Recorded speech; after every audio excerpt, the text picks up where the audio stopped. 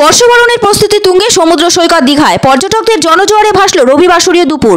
রাত পোহালে ইংরেজি নতুন বছর, তার আগে সেজে উঠেছে সমুদ্র সৈকত দীঘা।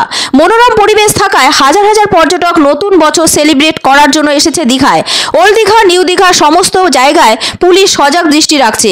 সঙ্গে সমুদ্র ঘাটগুলোতে নুলিয়াদের মোতায়েন করা হয়েছে। আর পর্যটকরা রবিবাসরীয় দুপুর তাড়িয়ে তাড়িয়ে উপভোগ করছে সমুদ্র স্নান করে। রৌদ্র মাখা দুপুরে সমুদ্র স্নানের মজাই আলাদা, খুবই উপভোগ করছেন পর্যটকরা। অনেকে আবার সমুদ্রে নামছেন না, তারা পাড়ে বসে থাকছেন আর সমুদ্রের ছোট ছোট ঢেউ এসে শরীর ভিজিয়ে দিচ্ছে, যা খুবই উপভোগ করছেন অনেকে। কেউ কেউ যেমন সেলফি তুলতে ব্যস্ত, কেউ আবার ব্যস্ত রিল বানাতে।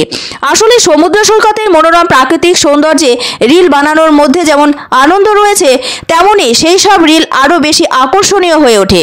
ফলে খুব সহজেই বহু মানুষের কাছে ছড়িয়ে পড়ে রিল।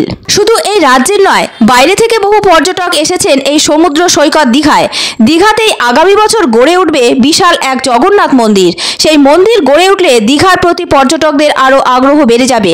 তবে এখনও মানুষের আগ্রহ কম নেই, যথেষ্টই ভিড় লক্ষ্য করা যাচ্ছে সমুদ্র সৈকত দীঘায়। সমুদ্র স্নান ছাড়াও দীঘার কাজুবনে ঝাউবনে প্রচুর এসেছেন পিকনিক পার্টি। দীঘা সমুদ্র সৈকত জমে উঠেছে মানুষের কোলাহলে। উৎসবের মেজাজ লক্ষ্য করা যাচ্ছে সর্বত্র। খুবই আনন্দঘন পরিবেশ দীঘা সমুদ্র সৈকতে। পর্যটকরা জানালেন প্রতি বছর তারা দীঘা সমুদ্র সৈকতে আসেন আর প্রতি বছরই চুটিয়ে উপভোগ করেন বছরের শেষ দিন।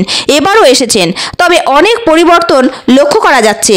খুবই ভালো লাগছে এখানকার পরিবেশ। রাতের বেলায় আরও অনেক পর্যটক আসবেন বলে আশা প্রকাশ করেন তারা।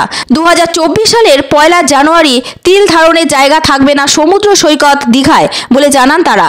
বর্ষবরণ হবে আনন্দ উৎসব আর হই হুল্লোড়ে। আমরা প্রত্যেক বছরই দীঘা মানে 31 জানুয়ারি আর 1 জানুয়ারি মানে আমাদের কাছে দীঘা। তো আমরা অনেক বছর থেকে আমরা দেখে আসছি দীঘা কীভাবে ডেভেলপ করছে। মানে আমরা এবছর যেরকম নতুন দেখলাম ঢেউ সাগর, শঙ্করপুরটাও খুব ভালো করে ডেভেলপ করেছে।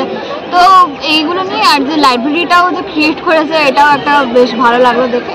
তো ওভারঅল দীঘাকে খুবই ভালো লাগছে। ভিড়ও বাড়ছে এখন, মানে বছর যত কাটছে ভিড়ও বাড়ছে।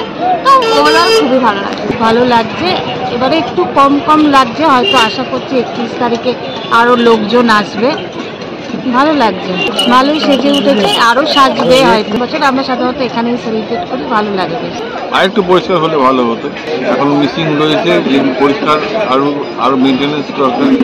তো আগের চেয়ে একটু ডেভেলপ করছে, ধীরে ধীরে করছে, এটা একটা ভালো দিক। আমরা এসেছি কলকাতাতে।